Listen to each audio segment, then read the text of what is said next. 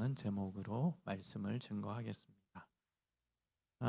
오늘은 이스라엘 역사 가운데서 가장 위대한 지도자라고 말씀드릴 수 있는 사무엘이 어떻게 이 세상에 오게 되었는지 그 시작 지점을 말씀을 하고 있습니다. 여러분, 사무엘은 사실 굉장한 사람입니다. 물론 성경에 있는 인물들이 다 굉장하다고 얘기하겠지만 특히 사무엘은 더 대단한 사람입니다. 왜 대단했냐? 일단 사무엘은 왕이 없던 시기에 왕의 역할을 했습니다. 여러분, 우리가 알다시피 이스라엘의 첫 번째 왕 이름 누구죠? 자신 있게 누구죠? 네, 사울입니다.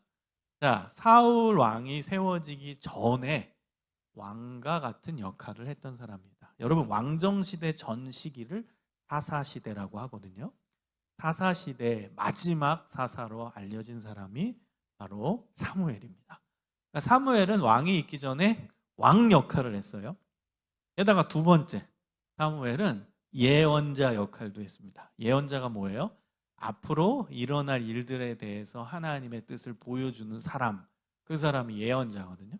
예언자 역할을 했다는 거예요. 더 놀라운 것은 제사장 역할까지 했습니다. 사실 사무엘은 레위 가문이 아닙니다. 레위 가문만 제사장을 할 수 있는데 사무엘은 레위 가문이 아니었음에도 불구하고 제사의 역할까지 하나님께서 할 수 있도록 권한을 주신 분입니다. 이거는 예외 케이스라는 거예요. 예외 케이스. 제사장만이 제사를 드릴 수 있는데 사무엘은 제사를 드리거든요. 그러니까 제사를 인도한다는 거죠. 그건 있을 수 없는 일입니다. 사실 율법을 정확하게 이야기한다면 사무엘은 제사를 인도할 수 없는데 제사를 인도하는 역할을 하거든요. 하나님이 예외 케이스로 사무엘에게는 그거를 허용하셨다는 거예요. 여러분, 얼마나 뛰어나고 얼마나 하나님 앞에 바로 서고 하나님이 얼마나 사랑했으면 율법을 뛰어넘어서 그 예외 케이스로 사무엘은 제사장 역할까지 맡기셨겠습니까? 사무엘은 참 대단했던 사람이에요. 사무엘이 마지막 이제 은퇴하는 은퇴 고별사 때 그 메시지가 참 우리에게 감동이 됩니다. 어떤 메시지를 던졌냐? 주제를 이야기하면 정직이에요. 나는 참 정직하게 살았다예요. 그래서 백성들 것을 단 하나라도 뺏은 적이 없다라는 거예요. 지금 와서 보면 당연한 거 아니야? 이렇게 생각할 테지만 그 고대 지방, 고대 시대에는요, 백성의 재물은 다 왕의 것이었어요. 왕이 그냥 뺏어도 아무 문제가 되지 않는 시대였어요. 오히려 왕한테 다 갖다 바쳤죠. 그런 시대였습니다. 그런 시대에서 사무엘은 나는 백성의 물건 뭐 하나라도 건드린 적이 없다. 얼마나 정직하게 리더 역할을 했는지를 은퇴 설교에서 고별사에서 이야기한다라는 거예요. 그 위대한 지도자가 바로 사무엘이었거든요. 그 사무엘이 어떻게 태어났는지 오늘 그의 가족의 히스토리가 나오게 됩니다. 여러분, 사무엘의 아버지 이름은 에브라임 사람 엘가나였습니다. 에브라임 사람. 그러니까 레위 사람이 아닙니다. 아버지가 레위 사람 아니에요. 그래서 아까 얘기한 거예요. 레위 사람 아닌데도 제사장 역할을 사무엘이 했다라는 게 참 놀랍다는 거죠. 사무엘의 아버지 엘가나는 에브라임 사람, 그의 어머니는 한나였습니다. 알죠? 한나는 많이 들어봤죠? 그런데 이 한나에게는 참 어려운 일이 있었어요. 그것은 바로 아이가 없었다라는 거예요. 그리고 이 엘가나에게는 부인이 한 명 더 있었는데 분인나라는 사람이었습니다. 그런데 이 엘가나는 분인나를 좋아하지 않고 한나를 좋아했어요. 근데 한나는 아이가 없었거든. 근데 분인나가 이 한나를 굉장히 괴롭히는 겁니다. 아이가 없다고 계속 놀리는 거예요. 당시에는 아이가 없다라는 게 이게 저주의 하나의 그냥 상징으로 봤어요. 지금이 아닙니다. 그 시대입니다. 그 시대에는 그러한 배경적인 이해가 있었다라는 거예요. 아이가 없다라는 건 뭔가 죄를 지어서 죄의 결과로서 저주를 받아서 아이가 그 집안에 없는 거다라고 생각을 했어요. 그 당시에는 그렇게 해석을 했다라는 거예요. 그러니까 한나는 얼마나 괴로웠겠습니까? 계속 옆에 같은 집에 있는 분이나라는 여자가 아이 없다고 계속 옆에서 괴롭히고 약 올리고 하니까 너무너무 힘든 또 괴로운 하루하루를 보냈다라는 거예요. 여러분, 한나가 왜 아이가 없었을까요? 이 부분이 첫 번째 우리가 생각해야 될 포인트입니다. 그 당시에는 죄를 지어서 벌로써 아이가 없다라고 생각했다라는 거예요. 근데 여러분, 그게 진짜였을까요? 그게 하나님의 의도였을까요? 아니라는 것을 오늘 본문을 보면 정확히 알 수 있습니다. 여러분, 오늘 9절, 5절, 6절을 한번 보십시오. 5절, 6절을 보면 그러나 여호와께서 그에게 임신하지 못하게 하시니 여호와께서 그에게 임신하지 못하게 하심으로. 여러분, 여호와께서 6절 여호와께서 주어가 여호와께서입니다. 여러분, 그러면 지금 이제 한나가 아이가 없다라는, 어찌 보면 이게 고난이죠. 우리가 지금 고난에 대해 묵상, 고난에 대해 다각고로 말씀을 좀 듣고 있거든요. 근데 이 고난이라는 주제도 누구의 손 안에 있다라는 거예요? 여호와의 손 안에 있다라는 거예요. 하나님의 손 안에 있다라는 거예요. 한마디로 여호와께서 한나에게 임신하지 못하게 하심으로, 지금 임신하지 못하는 게 한나에게는 그 당시 사회적 문화적 배경에서는 제일 큰 고난이었어요. 개인적으로도 고난이었고 가문으로도 고난이었고 너무나 힘든 고난의 상황입니다. 그러면 이것을 풀어서 이렇게 설명할 수 있겠죠? 여호와께서 한나에게 고난을 주심으로. 이런 구절로 되는 거예요. 여호와께서 한나에게 고난을 주심으로. 그러니까 고난을 주신 분이, 고난의 사실 주체가 하나님이라는 거예요. 여러분, 이것은 하나님이 한나가 고난을 받아야 되니까 고난을 적극적으로 주셨다라는 의미가 아니라, 제가 고난에 대해서 설교할 때 이 용어를 좋아한다고 말씀드렸죠. 그 용어는 허용이라는 용어라고 말씀을 드렸었어요. 허용하셨다는 거죠. 그냥 하나님께서 고난을 너가 받아야 된다, 야 많이 받아라, 이런 적극적 의미로서 주신다라기보다는 고난이 필요하니까, 너의 삶에 의미가 있으니까, 너의 삶에 필요한 과정이니까 고난을 내가 인정한다, 이것이 허용이라는 뜻이에요. 그러니까 하나님께서 고난을 허용하시고 그 고난의 사실 주체가 하나님이신 거예요. 여러분, 이 부분을 왜 강조하냐면, 하나님이 고난의 주체라면 저는 그것이 고난이 아니라고 보기 때문입니다. 여러분, 하나님이 고난의 주체라면 그게 고난일까요? 한번 깊이 있게 생각을 하고 묵상을 해보세요. 제일 여러분 힘든 고난이 어떤 고난인 줄 아세요? 고난의 출처를 모를 때입니다. 이 고난이 어디로부터 기인한 걸까? 이 고난이 어디서로부터 온 걸까? 이 고난을 누가 준 걸까? 이 고난의 주체를 모를 때 그게 진짜 고난입니다. 그럼 멘붕이죠, 한마디로. 멘붕에 빠집니다. 이 고난이 왜 왔지? 왜 왔을까? 누가 줬을까? 이 고난의 주체를 모른다면 그것이야말로 진짜 괴로운 일이고, 그리고 그것이 진짜 힘든 고난입니다. 여러분, 우리가 고난 중에 무의식적으로 하나님께 외치는 말이 있어요. 하나님은 얼마나 내가 힘든지 아십니까? 하나님, 왜 이런 고난을 제가 경험해야 됩니까? 하나님은 제가 힘들고 아프고 괴로운 거 아시냐고요. 여러분, 고난 중에 우리가 이렇게 하나님께 외칠 때가 있어요. 아시냐고요, 하나님. 내가 지금 이렇게 어려운데, 내가 지금 경제적으로 이렇게 위기인데, 내가 몸이 이렇게 아픈데 하나님 아시냐고요. 여러분, 이게 제일 큰 고난이라니까요. 하나님 부재의 경험, 고난 중에. 하나님이 없는 것 같아. 부재야. 그리고 고난이 어디서 하는지 모르겠어. 그게 하나님 부재죠. 그게 진짜 고난이거든요. 그런데 여러분, 한나에게 있어서는 이것이 고난이 사실 아니에요. 왜? 하나님이 고난을 주심으로. 근데 하나님이 한나의 고난을 모르시겠어요? 하나님이 주셨는데. 여러분, 우리도 마찬가지죠. 하나님, 저 아시냐고요? 제가 힘든 거 아시냐고요? 근데 하나님 말씀하실 거예요. 그거 내가 준 건데? 내가 왜 모르니? 내가 허용한 건데? 내가 왜 모르니? 너는 왜 내가 모른다고 생각하니? 내가 허용하고 내가 인정한 건데 왜 모른다고 생각하니?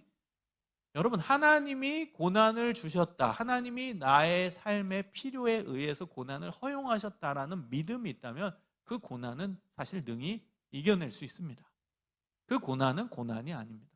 왜? 하나님의 손 안에서 이루어진 거기 때문에. 하나님의 손 안에서 이루어진 거기 때문에 그 고난은 고난이 아니에요. 하나님이 진짜 모르신다면 그 고난이겠죠? 하나님 진짜 모른다고 생각을 해보죠. 그럼 그건 고난이죠. 내가 지금 아픈 것도 하나님이 몰라. 내가 지금 경제적으로 어려운 것도 하나님이 몰라. 내가 지금 괴로워서 미칠 것 같은 것도 하나님이 몰라. 그럼 진짜 고난입니다.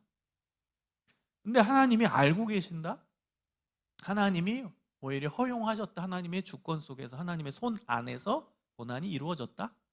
그렇다면 그 고난은 고난이 아니라 능히 이겨낼 수 있는 선물이 될 수가 있다는 거예요. 이게 역설이죠. 고난이 선물이 될 수 있다. 이건 역설이죠. 믿지 않는 자가 들으면 이거는 말도 안 되는 얘기겠지만 우리 믿는 자에게는 왜? 하나님이 고난을 허용하신 분이니까 하나님이 어쨌든 주신 거거든요. 그러면 그게 선물이 될 수 있죠. 여러분, 좋으신 하나님, 신실하신 하나님, 나를 가장 잘 아시는 하나님, 그 하나님이 주신 건데 그게 우리 입장에서 좋든 싫든 그건 선물일 수 있지 않겠습니까? 이게 믿음이에요. 하나님에 대한 믿음이 여러분에게 있어야 고난이 선물이 됩니다. 그 하나님이 좋은 하나님이다. 나를 가장 잘 아신다. 가장 성실하게 나의 삶을 인도하신다. 그리고 나에게 최고의 것을 주시는 분이다. 이 믿음이 여러분에게 있다면 그분이 주는 어떤 거면 그게 우리 입장에서 좋든지 나쁘든지 싫든지 그거는 선물이 될 수 있다는 사실. 선물 주시는 분을 믿는다면, 선물 주시는 분이 어떤 분인지 여러분이 제대로 믿는다면 그거는 선물이 될 수가 있어요. 물론 이제 우리 입장에서 봤을 때는 너무 괴로운 일이니까 그 선물을 주신 그 허용하신 분한테도 물어보는 거죠. 하나님 너무 힘들어요. 알겠는데 하나님이 허용하신 건 알겠는데요. 그래도 여러분 너무 힘들어요. 하나님 저는 너무 힘들어요. 한나도 마찬가지였어요. 선물 주신 분이 하나님이지만 너무 힘들어서 어떻게 기도한 줄 아세요? 10절 한나가 마음이 괴로워서 여호와께 마음이 괴로워서 여호와께 기도하고 통곡하고 서원하며 세 가지예요. 기도하고 통곡하고 서원하고. 여러분, 한나의 기도는 세 가지입니다. 기도하고 통곡하고 서원하고. 여러분, 기도하는 거예요. 하나님 너무 힘들어요. 하나님 너무 힘들어요. 하나님 너무 힘들어요. 다음, 통곡은 우는 거예요. 그냥 우는 게 아닙니다. 엉엉 우는 거예요. 엉엉 우는 거예요. 여러분, 하나님 앞에 이렇게 기도해 본 적이 있습니까? 기도는 말로 이제 자기 내용을 얘기하는 거예요. 말로. 그러나 그 말이 뭐 생각으로도 그것도 말이에요. 뭐 겉으로 드러내던 생각으로 하던 어쨌든 말에 그 기도의 내용이 담겨져 있는 거죠. 그걸 갖고 하는 게 기도입니다. 통곡은 이 감정이 실리는 거예요. 감정이 실리는 걸 통곡이라고 해요. 눈물 흘리면서 엉엉 울면서 그 괴로움을 토로하는 게 통곡이에요. 여러분, 그 다음에는 서원을 합니다. 서원은 뭔지 아세요? 이 기도가 응답이 되면 제가 뭘 하겠습니다. 이게 서원이에요. 기도하고 통곡하며 서원하며. 네, 11절에는 서원하여. 세 가지를 했던 사람이 바로 한나입니다. 여러분, 하나님은요, 우리가 간절히 하나님을 찾는 것을 고난 중에 원한다라는 거예요. 여러분, 어떤 고난이든 이거는 공통 지점입니다. 여러분, 제가 지난주에 고난이 여러 가지 각도로 온다고 했잖아요. 고난이 뭐 내가 진짜 벌 받아서 올 수도 있고 그게 하나님의 교육으로 올 수도 있고 여러 가지 케이스들이 있다라고 했어요. 그러나 여러분, 공통된 게 하나 있습니다. 어떤 고난이든 공통된 하나의 의미와 메시지는 있어요. 그건 뭔지 아세요? 고난 중에 하나님을 찾으라라는 거예요. 그거는 모든 고난에 공통적으로 해당되는 내용입니다. 그게 벌로서 오든 아니면은 내 신앙의 성숙 때문에 필요하든 어떤 일이든 뭐 마귀의 유혹 때문에 그게 고난이 왔든 상관없이 그 고난이라는 주제에서 우리가 취해야 되는 단 한 가지 공통지점은 하나님을 찾아야 한다라는 거예요. 한나가 잘했던 점이 그 부분인 거예요. 너무 힘들고 괴로울 때 하나님을 찾으러 가는 거예요. 여러분, 제일 안타까운 사람이 고난 중에 하나님과 멀어지는 사람이에요. 이게 제일 안타까워요. 고난은요, 하나님께서 더 자신과 가까이 오기를 원하시는 메시지를 우리에게 주시는 겁니다. 사람은요, 어려운 일이 있으면 지푸라기라도 잡고 싶은 심정이 있거든요. 근데 그 지푸라기가 아니라, 없어질 지푸라기가 아니라 절대 주권자이고 영원하신 하나님의 발을 붙잡으라는 거거든요. 여러분, 그게 고난 중에 우리가 가져야 될 태도고 자세라는 거예요. 근데 고난이 오면은 하나님 원망하고 하나님 없다고 얘기하고 하나님 너무하다고 얘기하고 교회를 떠나는 사람들도 있어요. 잘 믿다가 고난이 왔을 때 떠나는 사람, 그건 완전히 오답이죠. 오답. 고난 중에 우리가 써야 되는 정답은 하나님을 찾으라거든. 근데 고난이 오니까 멀어져, 하나님과. 그리고 하나님과 등한시해. 그리고 교회도 안 나와. 하나님을 찾지도 않아. 그냥 짜증내고 원망하다가 소위 안티로 돌아서는 사람도 있어요. 그건 제일 안타까고 불쌍한 사람이죠. 고난의 의미는, 고난을 주신 뜻은, 모든 고난이든 다 해당되는 그 뜻 하나는 하나님을 찾으라는 건데요. 여러분, 제가 이번 주에 야곱을 묵상했거든요. 야곱. 구약에 나오는 야곱 알죠? 여러분, 그 야곱은요, 정말 하나님을 잘 찾았던 사람 아닙니까? 그 야곱이 태어날 때는 그의 이름이, 야곱의 뜻이 형의 발 뒤꿈치를 잡고 나온 자라는 뜻이에요. 쌍둥이 형이 있었잖아요. 우리가 알다시피 에서가 먼저 태어나려고 하니까 이기려고, 형보다 먼저 나오려고, 지가 형 되려고 형 발 뒤꿈치를 잡고선 내가 나갈 거야 그러다 태어난 사람이 야곱이에요. 그래가지고 아버지가 얘는 발 뒤꿈치를 잡고 나온 자, 그래가지고 야곱이라고 이름을 지어요. 여러분, 이 이름이 좋은 이름이에요? 애들 용어로 승부욕에 쩌는 인간, 이런 뜻이에요. 승부욕에 쩌는 인간인 거예요. 내가 이기려고 막 발뒤꿈치를 잡고 내가 먼저 나갈 거다. 이게 야곱입니다. 여러분들, 그 야곱이 결국엔 나중에 세월이 흘러서, 여러분 그 스토리 아시잖아요. 형 뭐 거짓말해서 뭐 축복권도 얻고 뭐 팥죽 한 그릇에 뭐 다시 장자권도 얻고 뭐 그러다가 이제 형의 미움을 받아서 죽을까봐 도망쳐서 외삼촌 집에 가고, 거기서 숱한 고난을 받고 그 외삼촌이 자기를 속이고, 그러면서도 그 라헬을 얻겠다고 14년 일하고 또 더해서 6년을 더 일해서 외삼촌 집에서 20년 정말로 노예같이 일했어요. 월급도 제대로 못 받고. 그런 인생의 어려운 과정을 다 경험하고 이제 고향 땅으로 돌아가는 거예요. 근데 고향 땅으로 이제 돌아가는데, 이제 자기가 일군 소와 양과 그 재산들을 갖고 이제 돌아가는데 청천벽력 같은 소식을 듣죠. 형이 온다라는 소식을 들은 거예요. 형. 20년 됐어요. 형과 헤어진 지 20년. 근데 이 야곱이 형이 온다라는 소식을 듣자마자 쫄은 거예요. 그것도 형이 혼자 온 게 아니라 군사들을 데리고 온다라는 소식을 들은 거예요. 분명히 야곱은 계산한 거예요. 야, 이거 형이랑 맞닥뜨렸다가 내가 죽겠구나. 형이 나 지금 내가 온다라는 소식을 듣고 군사들을 일으켜서 온다라는 건 나를 죽이려는가 보다. 그래서 이 야곱이 머리를 씁니다. 이 야곱 머리가 좋았어요.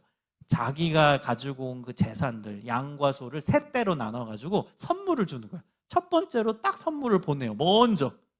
그랬더니 이제 저기서 이제 에서가 오면서 이게 뭐지? 양들이 막 오네? 그랬더니 거기 이제 야곱이 보낸 사람이 얘기하는 거야. 이것은 형님의 동생인 야곱이 형님께 보내는 선물입니다. 그럼 이놈이 준비했구만.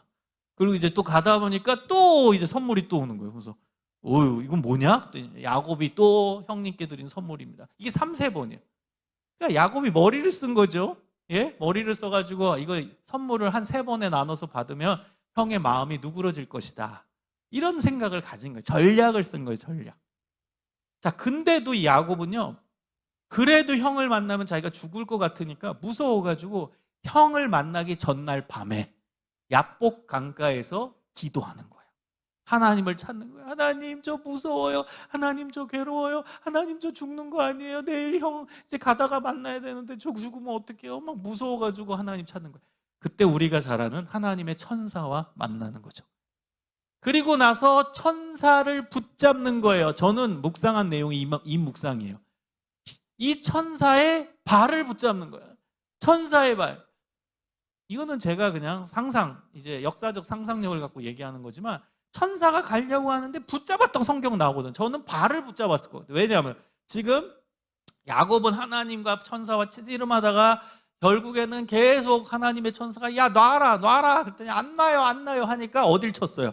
환도뼈를 치거든요. 천사가 이 엉덩이 근처에 있는 뼈거든요. 그러니까 딱 치니까 쓰러졌겠죠, 야곱은. 그러면 이제 천사가 가려고 하니까 그것도 못 가게 잡는 거예요. 그럼 어디서 잡았겠어요? 지금 야곱은 쓰러져가지고 일어나질 못하는데 분명히 천사의 발을 잡았을 거라고요. 발. 가지 마세요. 발을 붙잡았을 거고. 야곱의 이름이랑 여러분 오버랩 되지 않나요? 발 뒤꿈치를 잡은 자. 야곱. 태어날 때는 형 에서의 발 뒤꿈치를 잡았지만 지금은 하나님의 발을 붙잡은 자가 된 거예요. 계속 안 돼요. 저 복 내려주세요. 저 복 안 주시면 저 못 가요. 저 하나님 찾을 거예요. 저 무서워요. 저 살려주세요. 계속 발을 붙잡는 거예요. 야곱의 이름이죠. 발 뒤꿈치를 잡은. 이제는 하나님의 발을 붙잡고 있는 거예요. 그때 하나님의 천사가 얘기하는 거예요. 야, 내가 졌다. 너 이름 바꿔라. 너 야곱 아니야. 이스라엘이야. 그때 처음 나온 용어가 이스라엘. 지금 이스라엘 나라의 그 이스라엘입니다. 야곱의 이름입니다. 원래 이스라엘. 하나님과 겨루어 이겼다. 이게 무슨 의미예요? 뭐 하나님이 너한테 졌다 이런 의미가 아니라 하나님을 끝까지 하나님 발을 붙잡아서 복 받은 자라는 뜻이죠. 하나님의 발을 끝까지 붙잡아서 결국에는 복 받은 자. 이게 이스라엘이라는 이름의 의미적 해석입니다. 여러분, 야곱이 잘한 건 끝까지 하나님의 발을 붙잡은 거예요. 이게 고난 중에 우리가 해야 되는 태도, 고난 중에 우리가 가져야 되는 신앙의 모습이라는 거예요. 한나가 그러했다는 거죠. 끝까지 잡았죠. 끝까지 하나님을 잡고 통곡하고. 그 다음에 여러분 서원까지 합니다. 서원은 뭐예요? 제가 아들을 낳으면 이 아들을 하나님께 바치겠습니다. 하나님 바치겠습니다. 이 아들은 이제 성전에서 살면서 하나님의 일을 하는 종으로 제가 키우겠습니다. 제 아들로 바라보지 않고 하나님의 아들로 받아보면서 공인으로서 키우겠습니다. 제 아들이 아닙니다. 하나님의 겁니다.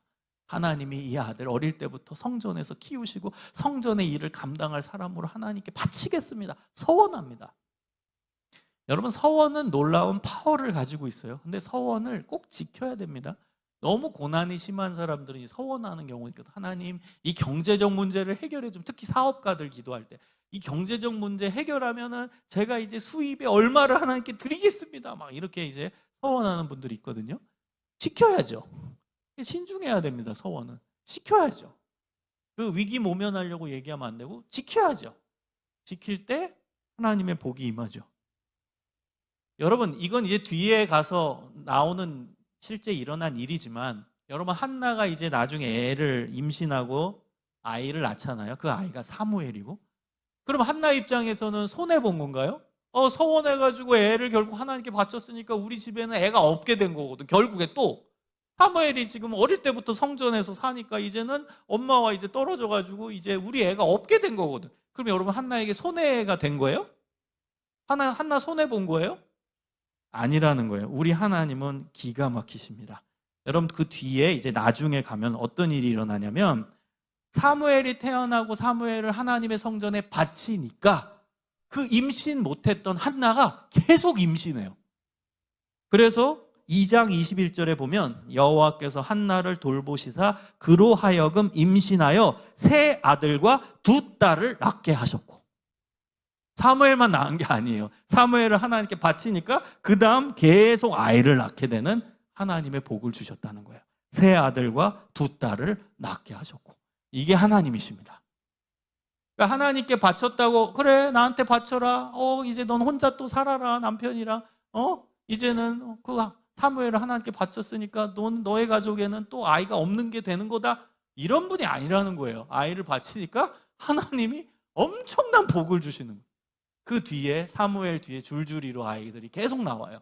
세 아들과 두 딸을 주셨다는 거예요. 가장 간절한 기도의 표현이 서원인 거죠. 여러분, 근데 한나의 기도의 방법이 참 희한합니다. 12절 13절에 보면은 한나가 어떻게 기도했는지 기도의 방법이 나오거든요. 그 방법이 입술만 움직이고 음성은 들리지 않았다는 거예요. 입술만 뻥긋뻥긋하고. 저 보세요. 모르겠죠. 뭐였는지. 근데 이 한나는 통곡했잖아요. 울면서 막 엉엉 울면서 막 이러면서 입술만 움직이는 거야. 그랬더니 옆에 이제 그 성전의 제사장 엘리 제사장이 그 한나를 보니까 이 사람 뭐야? 막 울면서 통곡하면서 입술만 움직이고 기도하거든요. 그랬더니 착각을 한 거야. 술 취한 여자로. 그게 오늘 본문이잖아요. 술 취한 여자로 지금 착각을 하고 있다는 거예요. 그래서 깨우는 거야. 야, 이 사람아. 그랬더니 이 사람아, 야, 포도주를 끊어. 아유, 야, 술 먹고 성전에 오면 어떡해? 이러고 이제 혼내는 거예요. 여러분, 엘리 제사장 어떤 사람인지 알죠? 타락한 제사장이야. 아들도 타락해. 결국 다 비참하게 나중에 죽죠. 그러니까 제사장인데 지금 타락하니까 이 사람이 기도하는지 안 하는지도 모르는 거예요. 술 취하고 온 줄 아는 거예요.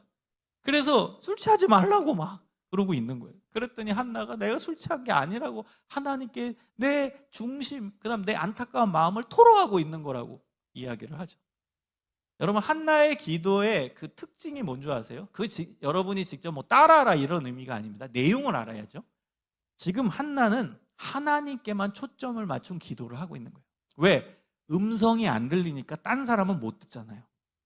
여러분, 여기서 만약에 이제 기도를 하는데 너무 괴로운데 이걸 누구한테 얘기할 수 없어. 누가 들으면 안 될 것 같아. 그런 기도는 여러분 속으로 기도하죠. 근데도 속으로 기도하면은 이 간절한 마음이 잘 안 나오잖아요. 그래서 이 한나는 통곡과 동반한 거예요. 여러분, 우리가 만약에 여기서 기도합시다 하고 침묵 기도한다 그러면 속으로 하겠죠? 근데 침묵 기도하면서 간절함이 나오지 않은 경우들이 너무 많아. 이거 경험해 보시죠. 그래서 우리가 통성 기도 많이 하잖아. 통성 기도할 때 눈물 흘리고 막 소리치고 이렇게 되잖아. 근데 침묵 기도하라고 그러면 여러분 대부분 그냥 가만히 있을 거예요. 가만히 있고. 그래서 간절하게 기도하려면 통성 기도를 해야 되지 않나? 이런 생각이 여러분 우리가 다 갖고 있는 거예요. 열심히 막 소리치면서 막 그러면서 해야지 막 간절하게 할 수 있지 않을까 이런 생각을 하거든요. 근데 한나의 기도가 대단한 게 뭐예요? 속으로 기도한 거거든. 입술만 움직이고 음성은 안 낸 거거든. 근데도 간절히 기도한 거예요. 근데 왜 음성을 안 냈을까요? 거기 지금 엘리 제사장이 있잖아. 그 사람이 들으면 안 되니까 그냥 하나님께만 초점 맞추고 싶은 거예요. 하나님만 들으셨으면 좋겠던 거예요. 그러니까 입술만 뻥긋뻥긋하면서 하나님은 아시죠? 내가 무슨 기도하는지. 근데 그 간절함을 표현하면서 통곡하면서 입술만 움직이는. 이 기도의 내용은 하나님께만 집중하는 기도였다는 거예요. 하나님께만 초점을 맞추는 기도였다라는 거예요. 여러분, 결국 하나님께서는 이 한나를 귀하게 보십니다. 됐다, 한나야, 됐어. 그래, 알았어. 너가 얼마나 나를 사랑하는지 알겠어. 너는 고난 중에도 원망하지 않고 나한테 찾아왔구나. 됐어. 그래, 내가 너에게 고난을 허용한 그 뜻을 너는 잘 알았어. 그래서 나한테 왔잖아. 내가 그걸 의도했던 거야.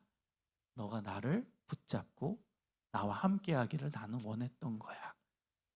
너는 계속 나를 찾는구나. 고맙다. 이제 내가 너의 고난을 풀어줄게. 그리고 하나님께서 이 한나에게 사무엘이라는 아들을 주십니다. 근데 여러분, 놀라운 게 뭔지 아세요? 18절입니다.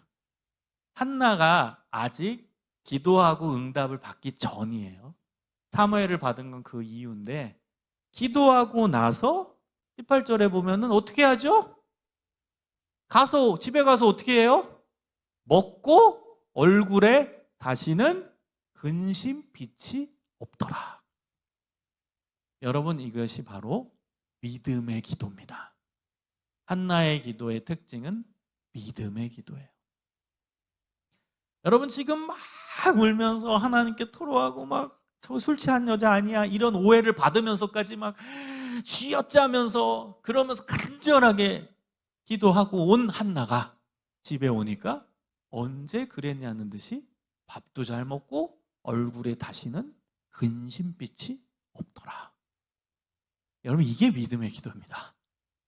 지금 한나는 하나님께 내 모든 기도를 올려드렸고 하나님은 다 들으셨다. 받으셨다. 접수하셨다. 그걸 믿는 거예요. 그러니까 이제 집에 와서 다 접수했으니까 이제는 편하게, 마음 편하게 밥도 잘 먹고 얼굴에 근심빛도 없이 그냥 편안하게 살겠다. 이게 놀라운 구절입니다. 18절이. 여러분, 이게 믿음의 기도예요. 이게 믿음 있는 사람의 모습이라는 거예요. 고난 중에 있더라도 이게 믿음의 사람의 특징이라는 겁니다, 여러분. 예수님께서 말씀하시죠? 내 짐을 나에게 맡기라. 여러분, 우리는 짐보따리를 가지고 교회 나옵니다. 그리고 기도해요. 근데 놀라운 건 대부분 우리 크리스찬들이 집에 갈 때 다시 짐보따리를 또 들고 들어가. 하나님께서 얘기하실 거예요. 야, 짐을 풀어야지. 근데 왜 또 들고 가니, 너는 집에 갈 때? 우리는 기도하러 나올 때 짐보따리 들고 수심이 가득해가지고 괴로워가지고 하나님께 나와요. 근데 예배 마치고 기도 마치고 나서 또 짐보따리를 또 들고 하나님 또 집에 갈게요. 이러고 또 사는 거예요. 얼마나 안타깝습니까? 여러분, 믿음의 기도가 능력이 있습니다. 그 믿음의 기도의 증거는 바로 한나와 같아야 돼요. 아니, 하나님께 맡겼으니까, 내 기도 좀 하나님 들으셨으니까 이제는 편해야지, 시원해야지, 마음의 편안함이 와야죠. 그게 믿음의 기도예요. 여러분, 하나님께 접수됐으니까 하나님이 이제 알아서 하시겠죠. 하나님이 이제 알아서 이제 다 하시겠지. 가장 선하신 하나님, 가장 좋으신 하나님, 가장 정확하신 하나님, 나보다 나를 가장 잘 아시는 그 하나님께서 알아서 최고의 모습, 최고의 방법, 최고의 내용으로 내 기도 응답해 주시겠지. 그러니까 수심이 없고 근심이 없고 밥도 잘 먹게 되는 거예요. 사랑하는 여러분, 실제적 믿음을 가지고 사시기를 소망합니다. 그 실제적 믿음은 기도했으면 그 기도 하나님이 접수하셨겠지. 그게 믿음 아니에요? 여러분, 만약에 기도하고 또 짐보따리 또 들고 다시 집으로 간다면 그거 뭐예요? 그거 왜 기도했어요? 기도는 하나님께 내 짐을 맡기는 건데, 내 어려움을 하나님께 다 토로해서 올려드렸는데, 근데 왜 집에 갈 때 다시 근심빛이 있고 다시 짐보따리 들고 집에 가냐고요? 그건 기도 안 한 거죠. 기도는 맡기는 건데. 여러분, 기도의 중요한 측면이 맡김입니다. 의탁이라고 그래요, 어려운 용어로. 하나님께 내 짐을 맡기는 게 기도예요. 맡겼으면 이제 나는 짐이 없는 건데 편안해야지. 그게 믿음의 기도입니다. 하나님이 알아서 해주시겠지. 이제 하나님이 제일 좋은 방법으로, 우리 좋은 방법이 아니야, 하나님 제일 좋은 방법으로, 하나님 나보다 나를 다 잘 아시고 정확히 아시는 그 하나님이 나에게 딱 맞게 가장 좋은 아름다운 방법으로, 아름다운 내용으로 기도 응답해 주시겠지. 그러니까 이제 마음에 근심빛이 없고, 그리고 이제 밥도 잘 먹게 되는 거예요. 여러분, 고난 중에 중요한 우리의 신앙적 태도는 하나님을 찾는 겁니다. 하나님을 찾으세요. 멀어지지 마세요. 멀어지려고 하는 우리의 속성도 있어요. 원망하고 싶은 속성이 있어요. 그 원망의 근원은 결국 뿌리를 올라가면 하나님께로 향하거든요. 이 일이 왜 있는가? 내가 우리 집안에서 태어나서 그래. 엄마 아빠 원망하다가 그 엄마 아빠는 누가 만드셨나 거슬러 가다 보면 결국 하나님께 대한 원망으로 연결이 됩니다. 핑계를 대고 싶은 우리의 본성이 있거든요. 여러분, 고난이 오면요, 누구든 이건 내 책임이다, 내가 실수해, 이렇게 얘기하고 싶지 않고, 사람은 팔이 안으로 굽거든요. 자의적 해석을 해요. 나야는 괜찮은 사람인데 내 환경이 나를 이렇게 만들었다. 나는 문제가 없었는데 저놈 때문에 이런 어려움이 왔다. 다 누구한테 핑계를 대려고 하거든요. 그리고 그 근원으로 가면 이제 하나님께로 연결돼요. 근데 여러분, 고난 중에는 그런 방향으로 가면은 이 고난은 끝이 없어요. 그 고난은 진짜 괴로움으로 끝납니다. 그러나 고난 중에 하나님이 하나님을 찾으라는 뜻이구나를 정확히 간파하고 하나님께 나온다면 그 고난이 선물이 되는 거예요. 왜? 하나님을 찾았다라는 그 자체가 하나님이 봤을 때는 가장 귀한 모습이거든. 여러분, 어려운 일이 있죠. 우리 인생 가운데 하나님을 찾으라는 신호, 사인입니다. 계속 하나님을 찾고 그 안에서 한나와 같은 기도를 하고, 그리고 나서는 얼굴에 근심빛이 없고 하나님이 다 아름답게 이루어 주실 거라는 믿음을 가지고 승리하며 살아가시기를 주님의 이름으로 축원합니다. 기도하겠습니다. 하나님, 감사합니다. 고난 중에 하나님을 더 찾게 하시며 또 믿음의 기도를 통해서 하나님께 영광 돌리게 하시며 하나님과 매 순간 동행하는 믿음의 사람들 되게 하여 주시옵소서. 고난이 우리를 넘어뜨리는 것이 아니라 고난 때문에 우리가 하나님 앞에 더 가까이 가게 하시고 하나님 앞에서 더 성장하고 성숙한 신앙의 모습으로 세워지게 하여 주시옵소서. 감사드리오며 예수 그리스도의 이름으로 기도합니다. 아멘.